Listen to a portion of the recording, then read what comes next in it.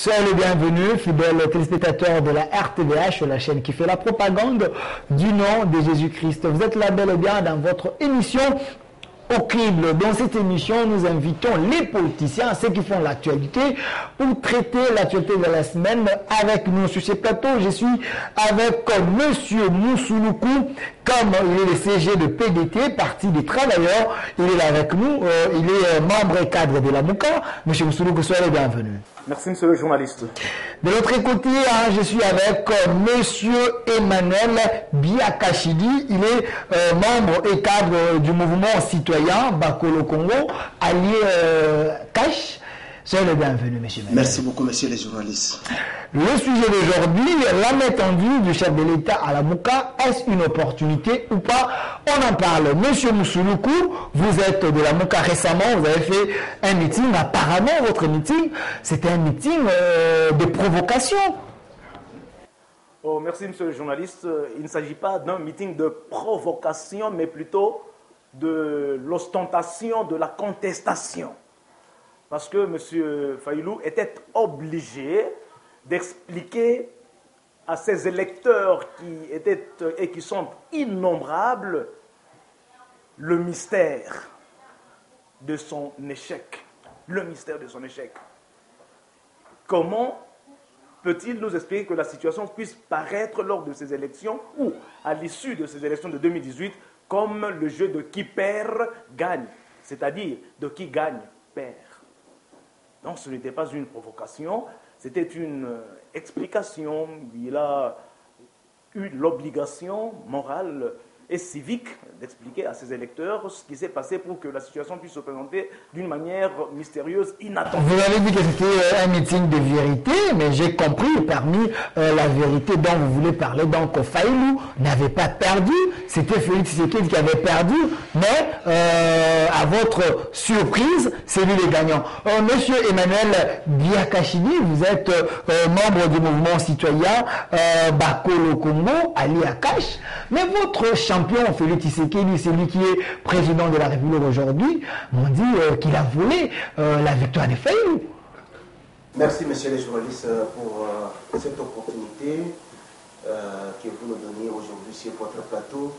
Je voudrais répondre d'abord à monsieur comme qui a dit que monsieur comme Moussoulou, qui vient de dire tout à l'heure là que le meeting qui a été organisé à Sainte-Thérèse, c'était pour expliquer le mystère de l'échec de M. Fayulu. Bien sûr, il a dit mystère de l'échec de M. Fayulu, mais moi je voudrais lui dire ceci. Il faut d'abord connaître les combats de l'IDPS pendant 37 ans dans ce pays. Et pendant que l'IDPS menait les combats pour la démocratie, pour la liberté d'expression, pour les droits de l'homme dans ce pays, la MOUCA n'existait pas, voire même les idées où son leader, M. Martin Fayulu, aujourd'hui, un leader qu'on ne pas contester. Monsieur le journaliste, je sais que le président Félix Tshisekedi, son excellence, il a été bien voté.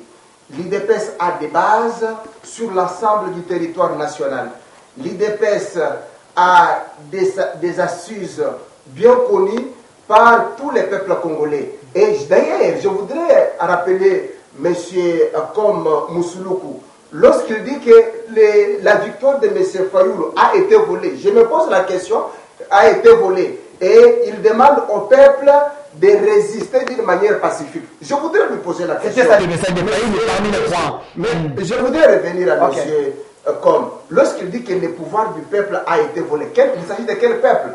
Parce que lors de l'investiture de M. Excellence Félix Tshisekedi Tshilombo, vous avez vu le monde, vous voyez le monde qui était là. Je me pose la question, donc toutes les personnes qui étaient là ne constituent pas un peuple. Et c'est M. Fayulu qui a les peuples qui l'avaient voté. Donc ce sont un peu... mais c'est approuvé parce que nous avons les images quand même. Angélie s'intéresse, on a vu quand même les terrains à refuser du monde.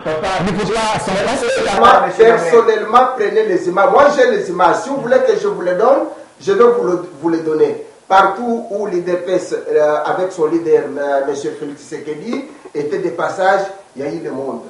Il y a eu un monde fou.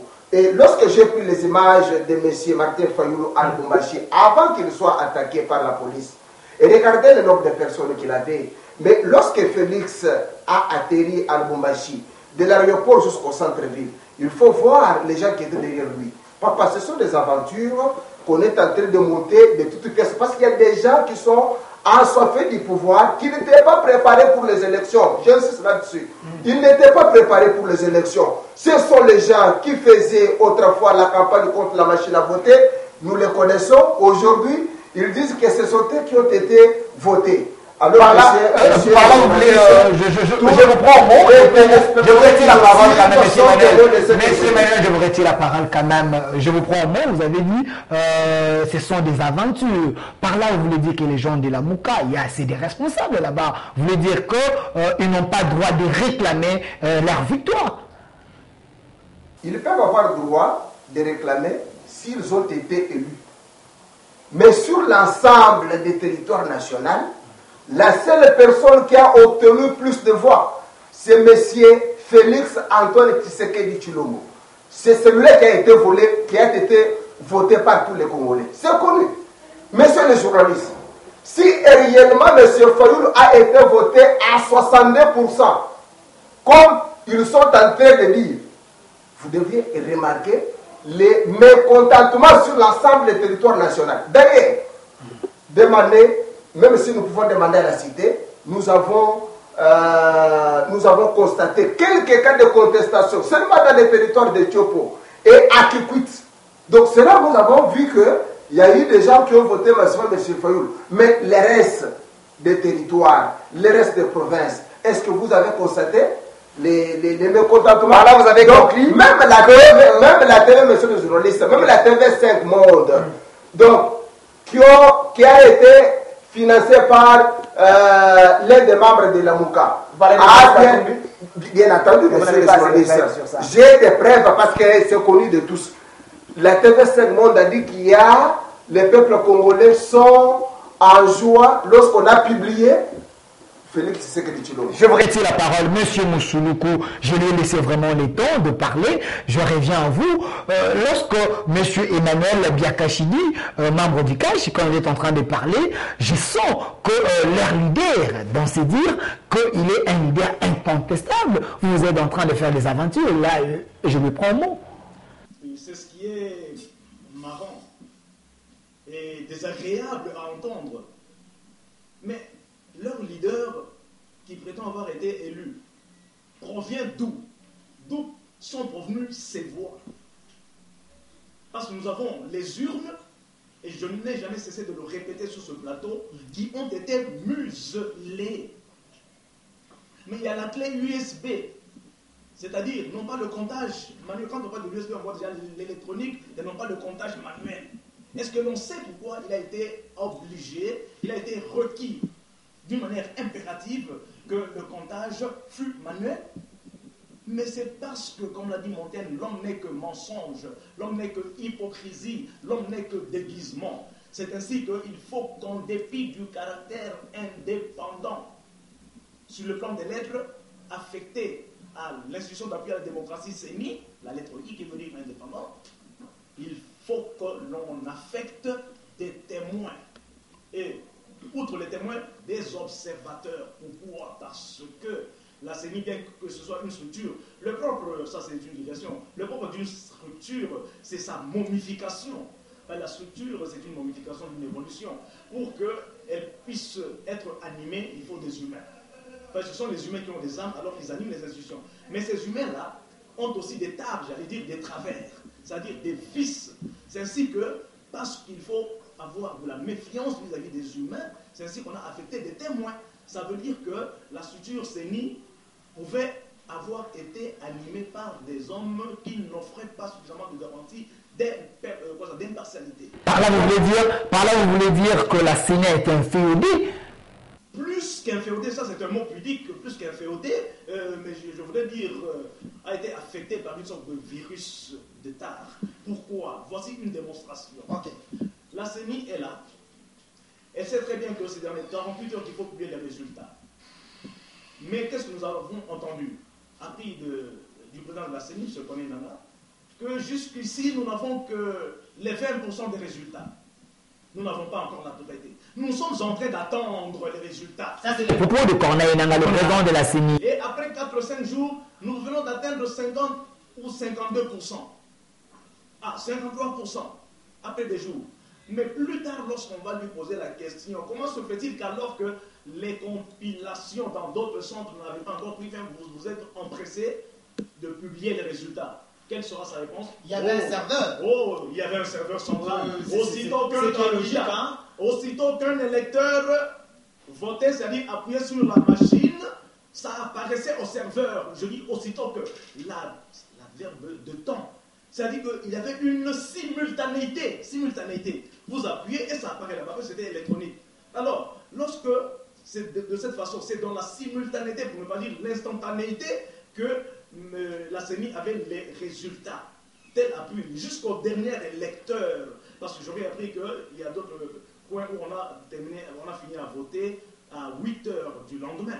Comme le vote a commencé le dimanche, c'est que le lundi au plus tard. Rapporteur Kalamba avait dit, si vous êtes dans les centres, avant de quitter, il faut toujours voter. Donc la CENI était obligée d'attendre tout le monde. Oui. Donc c'est qui est normal. À 8 heures du lundi, la CENI était censée avoir tous les résultats à l'aide du serveur central qui reprenait tout. Je vais vous relancer, M. Moussoulou. Mais là, apparemment, c'est comme si vous doutez de l'indépendance de la CENI, parce que Corneille Nangaa, quand même, c'est un pasteur, c'est quelqu'un qui craint Dieu, et dans ses dires, on sent qu'il voulait qu'il y ait la clarté. Monsieur le journaliste, est-ce que vous ne savez pas que dans la Bible, le Seigneur Jésus a dit, ce n'est pas tous ceux qui disent Seigneur, Seigneur qui entreront dans le royaume des cieux, pharisiens, hypocrites, etc., etc.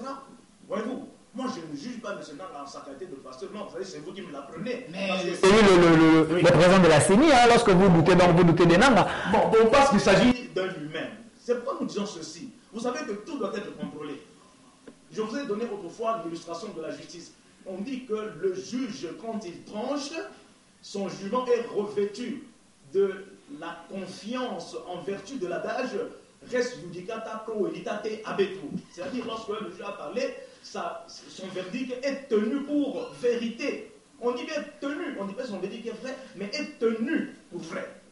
C'est pourquoi le législateur, en dépit de ce crédit, il a prévu les voies de recours. Voyez-vous, pourquoi pas s'il s'agit d'un homme?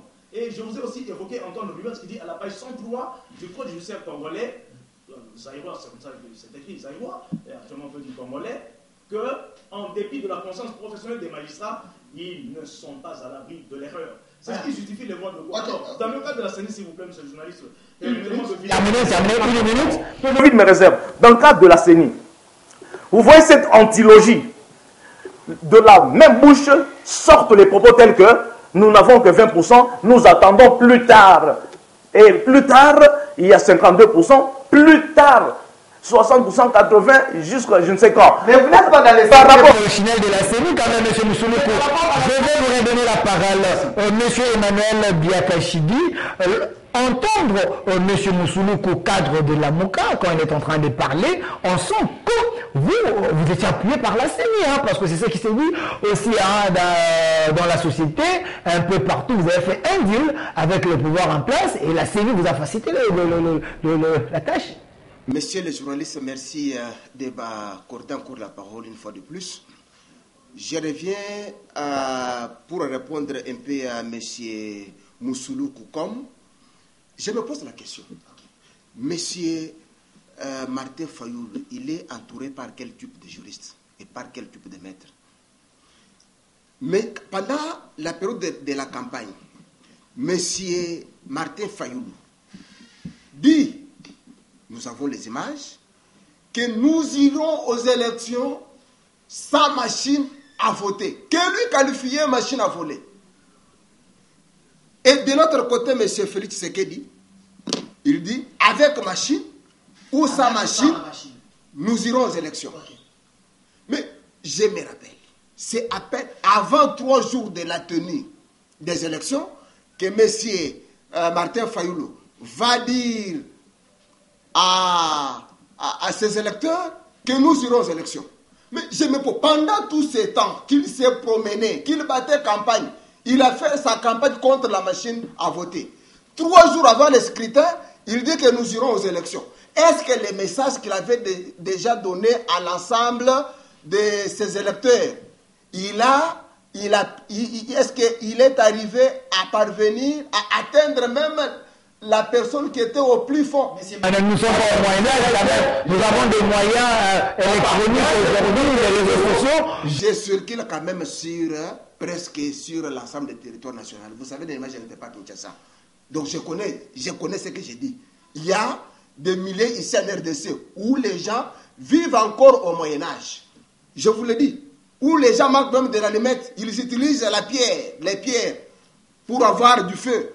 Alors, je connais ce que j'ai dit. Est-ce que ces milliers-là, qu'il avait foulé ses pieds, est-ce qu'il a eu le temps de retourner là-bas pour rectifier les messages? Non, mais c'est le problème. Je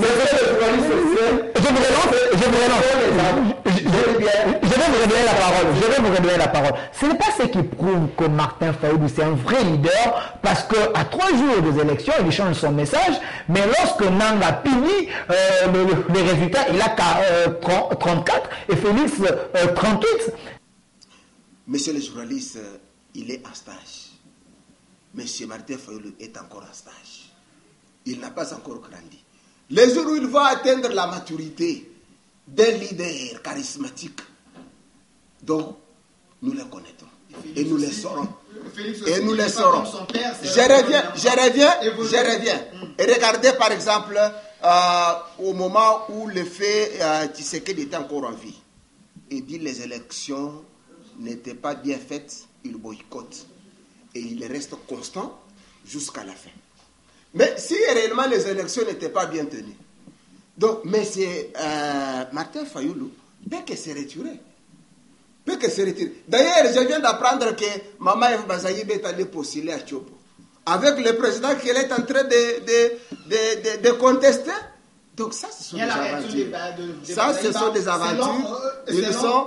Bazaïba, je vous relance, parce que vous avez cité son nom, selon Eve Bazaïba, elle dit qu'il ne faut pas oublier qu'il y a... le pouvoir, même la Constitution, reconnaît que l'opposition lui existait. Elle a postulé, mais elle reste dans l'opposition. Vous ne pouvez pas quand même enlever ses droits de rester opposant. Je n'ai pas enlevé ça. J'ai bien parlé que si réellement les élections, la victoire de Martin Fayulu a été volée par M. Félix Antoine Tshilombo Tshisekedi, il peut que boycotter même à participer aux institutions de l'État. C'est ce que vous créer une mais regardez, pour que les gens mais ce qui m'étonne, ils sont en train de dire que non, les élections, la victoire a été volée. Entre-temps, ils se précipitent pour aller siéger. Tout ça, ce sont des personnes ce sont des gens qui sont assoiffés du pouvoir. Et d'ailleurs, si M. réellement Martin Fayulu connaissait qu'il serait, je dis bien qu'il serait le président de ce pays, il ne devait pas lui-même postuler à la députation provinciale, lui-même à la députation nationale, lui-même aux élections présidentielles. Ça, c'est drôle. Pour quelqu'un qui savait que je dois gagner les élections, il devait rester constant. Donc, il savait, il tentait. Non, je vous dis, monsieur, il est allé tout simplement, tenter la chance. C'était sa première expérience. Il est tenté, nous allons voir si ça paie. Donc, je peux aussi essayer. C'est pourquoi il s'est précipité pour aller postuler à la députation nationale. Alors, nous lui avons donné la chance. Il sera député national. Il doit siéger avec mes frères Daniel Safou, avec les frères donc voilà, il est honorable, il sera à l'Assemblée nationale. Monsieur Moussouloubou, je rappelle le sujet, la méthode du chef de l'État à la Mouka, est-ce une opportunité ou pas? On en parle. Monsieur Moussouloubou, est-ce que ce n'est pas une mauvaise voie de votre côté? Parce que lors du meeting de la Mouka à Sainte-Thérèse, Martin Fayulu, comme c'était un meeting de vérité, il a dit, Leïla Zéoudi, elle était venue lui poser la question, est-ce que Martin Fayulu pouvait accepter d'aller voir M. Kabila? Martin Fayulu a dit oui, mais pas à Kinakati. Mais Martin Fayulu attendait la réponse du président et le président n'avait pas répondu. Ce n'est pas vous qui cherchez à faire un deal avec le FCC, comme ça n'a pas tenu, vous jetez le pauvre à cash. c'est pas pour rien que tout le monde, je suppose, a appris la psychologie, c'est-à-dire l'étude du comportement. Quelqu'un qui est sûr de ses voies, sûr de sa victoire, ne se rabaisse pas. Il n'y a que le faible qui peut aller vers le fort pour tenter d'obtenir ce qu'il n'a pas. Voilà l'attitude. Le faible, c'est Kamere et Félix. Ceux qui sont allés vers l'autre. Et ils ont fait. L'autre avait quoi? Il avait quoi? Parce qu'il briguait, il n'avait même plus prétention à pouvoir briguer le troisième mandat. Il a bien dit qu'il va respecter la condition. Et il l'a respecté. Alors, quand il respecte la condition, il n'est plus chef de l'État. Maintenant, nemodat quod non habet. On ne peut pas donner ce qu'on n'a pas. Mais qu'est-on allé chercher auprès de quelqu'un qui était dénué de tout pouvoir? Mais c'est ce que Martin Fayulu a dit, il attendait que le président l'appelle. C'est ambigu, c'est ambigu. Martin Fayulu... Mais c'est le propos de Martin Fayulu quand même, M. Moussoulou. Mais qui va mentir aux gens. Non, on ne dit pas des choses contraires. Okay. Qui a ouvert la bouche pour tendre la main à l'autre? C'est pas Fayulu. Martin Fayulu n'a pas demandé à Joseph Kabila, non, je voudrais venir vous voir. Non. C'était l'inverse. C'est-à-dire qu'il s'est adressé... Il attendait que le président l'appelle, donc il était disposé pour rien le voir dans l'ordre d'appel. L'ancien chef de l'État a tendu la main à qui? À celui qui a gagné, qu'il sait avoir gagné. N'oubliez pas que le chef d'État avait tous les résultats après le dernier électeur. Comment il n'est pas la CENI? Il n'est pas la CENI? S'il vous plaît. Comment il peut avoir les résultats? Attention, ne faut pas affirmer des choses. Monsieur le journaliste, ne confondons pas les choses. N'oubliez pas qu'il existe l'adverbe de temps encore immédiatement. C'est-à-dire qu'aussitôt que l'on termine le dépouillement et que les procès-verbaux sont signés par la CENI et par les témoins en présence, il faut afficher immédiatement. Et la CENI, que Cash estime avoir bien fait son travail, a affiché immédiatement les résultats.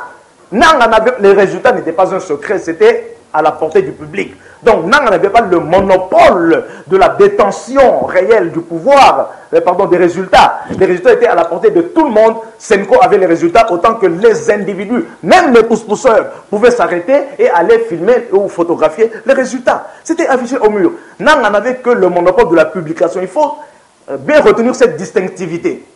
Donc, posséder les résultats, c'est différent d'avoir le monopole de la publication. Voilà. C'est ainsi que nous disons ceci. Je vous relance par rapport à cette question seulement. Je vous relance. Est-ce que ne voyez-vous pas que vous êtes en train d'amener les gens dans votre rêve imaginaire? Parce que la Cour constitutionnelle a déjà tranché. La décision de la Cour, on ne peut pas la contester. Vous savez, dans ma peau, je suis très mal à l'aise pour pouvoir remettre en cause la décision de la Cour pour des raisons... parce que quand j'apparais comme ça à la télé, même le président qui a dirigé la Cour constitutionnelle, bon, c'est mon ami, malheureusement. Voyez-vous, donc je ne peux pas, parce que malheureusement je suis assermenté, je ne peux pas remettre en cause la décision de la Cour, c'est ça le malheur. Mais retenez que M. Fayulu est allé, ou bien est en train de se préparer pour saisir la Cour africaine des droits de l'homme et des peuples. Voilà. Alors, quand il le fait, j'ai entendu d'autres avocats de l'UDPS bien réfléchir, ça m'a étonné. Ils ont dit que c'est son droit le plus légitime d'aller saisir la Cour africaine des droits de l'homme et des peuples, mais il faut savoir que les décisions qui en sortiront ne sont pas exécutoires. Là n'est pas le problème. Mais sur le plan psychologique, il ne faut pas oublier qu'il serait mieux que lorsque la Cour africaine va rendre son verdict, que ce dernier, c'est-à-dire que sa décision soit conforme à celle de la Cour constitutionnelle. Alors là, ça va réconforter et donner beaucoup plus de crédit à notre appareil judiciaire. Dans l'hypothèse inverse, s'il vous plaît, monsieur le journaliste, 30 secondes, oui, dans l'hypothèse inverse, il y aura un problème de crédit, de confiance. N'oubliez pas que l'abbé de Sieyès a dit, l'autorité vient d'en haut, l'obéissance d'en bas. Mais la confiance est très importante dans un couple. Ici, il y a le couple gouvernant-gouverné. Dans ce mariage, ici, il y a une crise de confiance.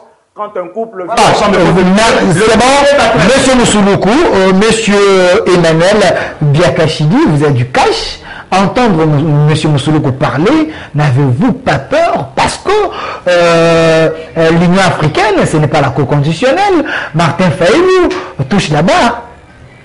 Messieurs les journalistes, ça m'étonne. Ça m'étonne et ça ne peut pas m'effrayer. Parce que notre pays est indépendant. On l'appelle bien la République démocratique du Congo indépendant. D'ailleurs, j'ai suivi l'un des membres de la commission qu'ils ont saisi. Il a dit qu'ils n'ont pas qualité. J'ai suivi ça. Et c'est là où je me suis posé la question. Est-ce que M. Martin Fayoulou est bien entouré? Le président. Est-ce que... Non, papa. Décidé. Oui, les présidents de son parti politique, qui n'est même pas, qui n'est pas populaire et qui n'est pas représenté sur l'ensemble du territoire national. Alors, il a des Congolais derrière lui. On a vu lors de la campagne. Je me pose la question. Il a dit que M. Nanga n'avait pas le monopole des résultats. Oui.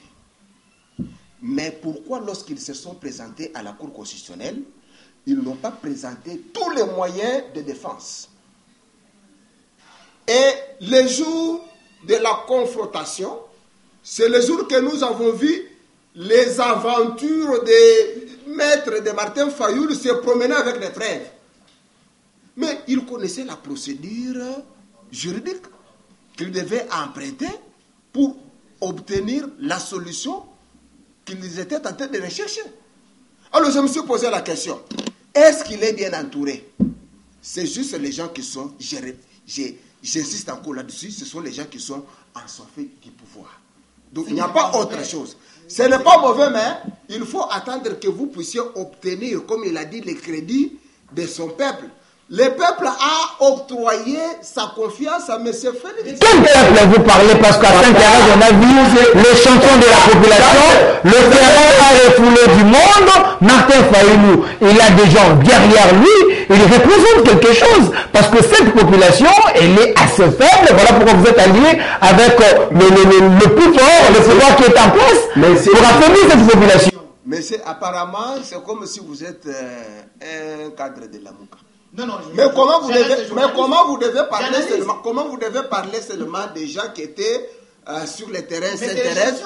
Mais il fallait aussi parler des gens qui étaient au palais de la nation. Donc ce sont des chèvres qui étaient allés. Mais soyons sérieux. Qu'est-ce que vous voulez me dire par là? C'était un événement. Donc ce sont des amis. Mais j'ai dit ceci, il faut d'abord évoquer aussi, les gens qui étaient partis participer à l'investiture de son excellence, M. Félix Antoine Tshisekedi. Donc c'est un peuple. Ils étaient partis pour manifester leur joie. Et quand M.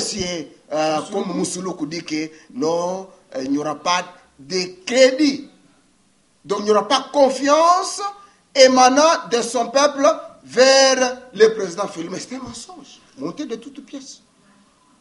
Est-ce que vous avez vu sur l'ensemble des territoires nationaux comment les gens ont manifesté leur joie lorsque Félix a été promulgué comme président de ces pays? Et c'est M. Nanga qui est le garant pour la publication des résultats. Si M.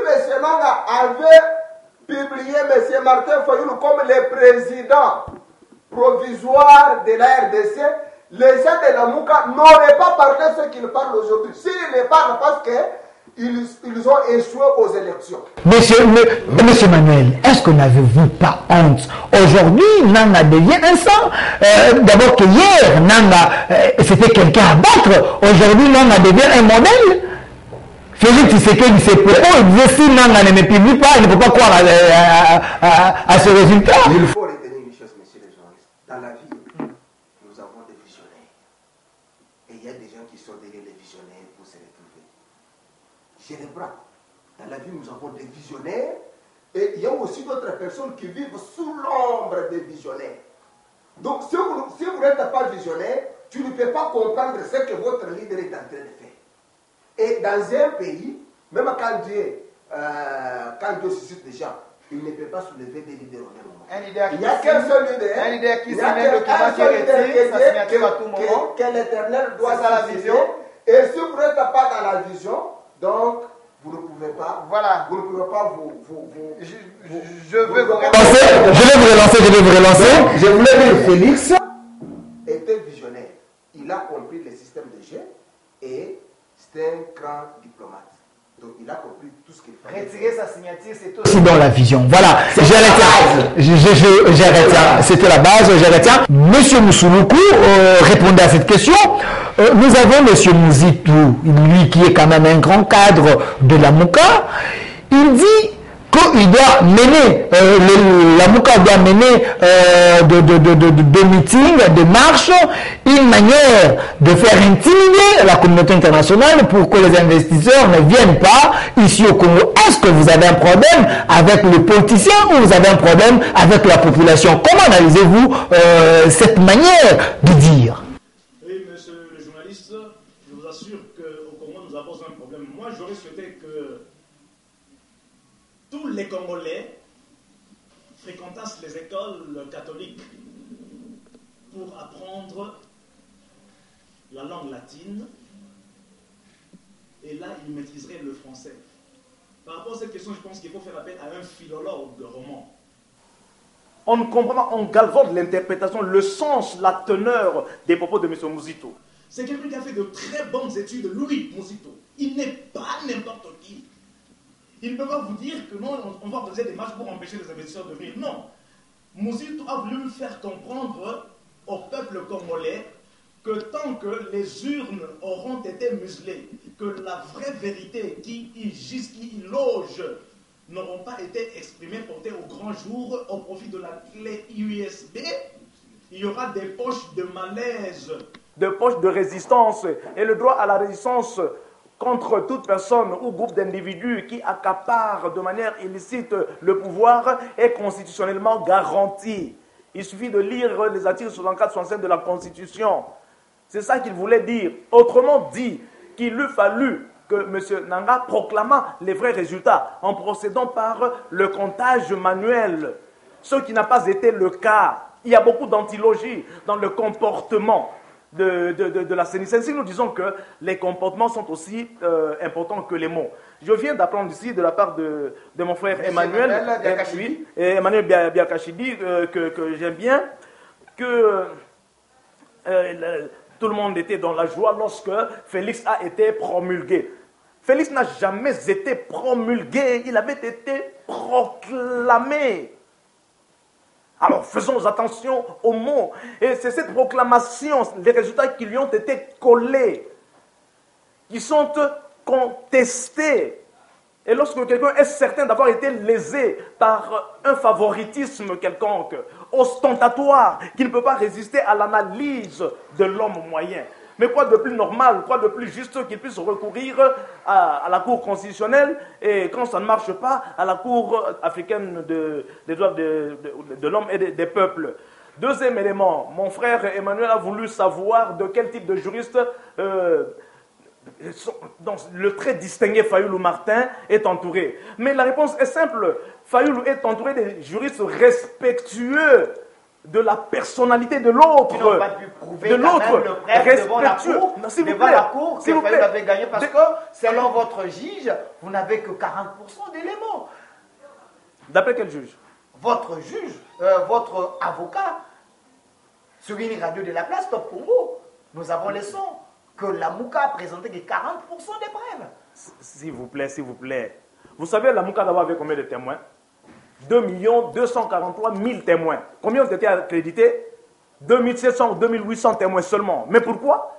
Mais parce que la fraude, le putsch électoral était déjà prévu, prémédité. Alors, là n'est pas le problème. J'ai dit que la Cour constitutionnelle, lorsqu'elle siège en matière électorale, est une juridiction de sincérité des résultats. Mais c'est ce pouvoir-là qui aurait dû amener la Cour à pouvoir effectuer une descente pour pouvoir vérifier les résultats. Parce que le peuple n'avait pas besoin du droit processuel. Le droit congolais n'est pas formaliste. En tout cas, permettez-moi d'observer les réserves. Je vous ai bien dit que moi, je ne peux pas critiquer les décisions de la Cour compte tenu du fait que je suis un assermenté. Alors, je ferme cette parenthèse. Désolé, mais attendons ce que la Cour africaine dira. Mais le genre de juristes dont est entouré M. Martin Fayoulou, ce sont des juristes qui respectent les hommes. Nous respectons M. Félix Tshisekedi, son excellence. Nous le respectons. Jamais, moi, je ne pourrais me permettre sur ce plateau de dire à haute voix, M. Félix Tshisekedi est encore en phase d'apprentissage. Il n'a pas encore atteint la maturité. Je ne peux pas le dire, comme c'est le cas de l'autre côté. Non, nous savons respecter les gens. Et je vous dis que le siège qu'évoque, le siège biblique qu'évoque les fascistes, c'est acte 24, verset 3, où on parle de tes excellents Félix. Et nous, notre siège, il n'y a pas que Esdras 10.4, mais il s'y ajoute également Habakkuk 2, verset 12. Alors, un chrétien ici. Voilà, monsieur Emmanuel, nous chutons vraiment. Est-ce que c'est là, c'est pas ce qui prouve que même le jour du prestation des serments, il n'y avait pas assez de présidents africains. Hein. Déjà, c'était pas la crainte. Voilà pourquoi Félix a commencé sa tournée pour aller chercher les lobbying. Parce que sur le pays... Monsieur le journaliste, je crois que vous allez m'octroyer aussi les mêmes nombre de minutes vous avez des utilisées. Et je vais aussi m'exprimer librement. Vous dites qu'il n'y avait pas assez de présidents africains à l'investiture du président Félix Tshisekedi Tshilombo. Mais ce sont des dictateurs. Oh, comment ça? Ce sont des dictateurs qui ne voulaient pas des bonnes élections. Et ce qui vient de se passer aujourd'hui en RDC, nous avons donné la leçon au monde et à toute l'Afrique. Même quand on parle de l'Afrique du Sud, hein, c'est la passation entre les présidents sortants et les présidents entrants d'un même parti politique. Mais pour le moment, c'est les présidents sortants d'un autre parti qui cède les bâtons de commandement à un autre président venant ici de l'opposition. Parce qu'il y avait un deal. Donc, il n'y en a pas. Est-ce que vous avez des preuves? Si je vais vous demander que vous puissiez me présenter maintenant des preuves, vous ne serez pas capable. Messieurs les journalistes, les propos tenus par M. Mouzito, tout le monde l'a suivi. Et M. Mouzito n'est pas un modèle à suivre. Quand il était Premier ministre, qu'est-ce qu'il a fait de ce pays? Si ce n'est qu'acheter des parcelles, le nombre de parcelles, et aller dépenser. On avait même arrêté sa femme en Europe avec plus de $100 000. Elle disait que l'argent des poches. Aujourd'hui, monsieur Mouzito devient donneur de leçons. Non, il peut donner des leçons à ce qui concerne le détournement. Mais en matière politique comme ça, non, lui, qu'il se taise, qu'il ne parle même pas pour le moment. Nous le connaissons bien, M. Mouzito. Il a acheté combien de passés dans la ville? Et qu'est-ce qu'il a fait même chez lui à Bandundu? Qu'est-ce qu'il a fait? Et si vous prenez M. Matata Mponyo, Premier ministre pendant 5 ans, regardez ce qu'il a fait chez lui. Donc M. Mouzito, PCT, il est seulement en train de chercher l'argent. Nous avons compris qui aime les pays aujourd'hui et qui n'aime pas les pays. Il est à la recherche, comme il souffre de la pauvreté pour le moment, il est en train de chercher les voies et moyens pour trouver l'argent. Le peuple congolais a besoin de quoi? Le peuple congolais a besoin du changement. Si aujourd'hui Félix ne doit pas bien faire son travail, ne pense pas que le peuple congolais sera derrière lui. Mais nous avons besoin du changement. Nous n'avons pas besoin ni de Félix, ni M. Fayoulou, mais nous avons besoin du changement, que nous puissions nous retrouver. Voilà, merci, nous sommes vraiment à la fin. Vous estimez que votre candidat incarne le profil de quelqu'un qui veut changer les choses. Les peuples d'abord. Voilà. Monsieur Moussouloukou, c'est votre dernier mot, je termine avec vous. Mais dis-moi, vous acceptez de rester dans l'opposition parce que Bazaïba a postulé pour être gouverneur et je pense que Martin Fayoulou aussi va se siéger. Le peuple congolais est en danger parce qu'on lui a ravi son candidat le plus chouchouté, Martin Fayoulou. Et M. Mouzito demeure incomparable sur tous les plans. Nous sommes respectueux des personnalités. Quant à nous, nous nous réservons d'utiliser des mots triviaux, des mots qui n'élèvent pas, qui ne sont pas nobles. Nous avons dit, croyez que M. Martin Fayoulou est là pour porter les valeurs du pays. Merci. Voilà, merci. Bon, 10 secondes, je vous donne votre dernier mot parce que je ne l'avez pas donné. Pour toute personne qui est en train de comploter pour ce pays, Douralex, Sedlex. La loi va s'appliquer et nous avons besoin du changement. Que nous puissions vivre aussi la vie des hommes vivant sur cette terre. Nous vivons comme si nous étions dans l'affaire. C'est ça. Merci. Malgré les pouvoirs et du j'ai président. beaucoup resté avec Martin Fayoulou. Mais il a fait son stage à l'UDPS. Voilà, merci. Ça, c'était votre dernier mot. Malgré les pouvoirs du président Félix Tshisekedi, il y a des grèves qui pilulent partout. Espérons qu'il va faire un effort pour que les Congolais soient vraiment un peuple vraiment de valeur. Nous vous disons un grand merci, hein, fidèles téléspectateurs, parce que derrière la caméra, il y avait Eskikunda Jean Talakaka, il y avait Aristote Kavasala, le directeur de production. Ici, il y avait Monsieur Diongo était là. Un grand merci à mon AG, à Papa Likondi. Merci à vous pour la confiance. Restez fidèles à nos programmes. Bye.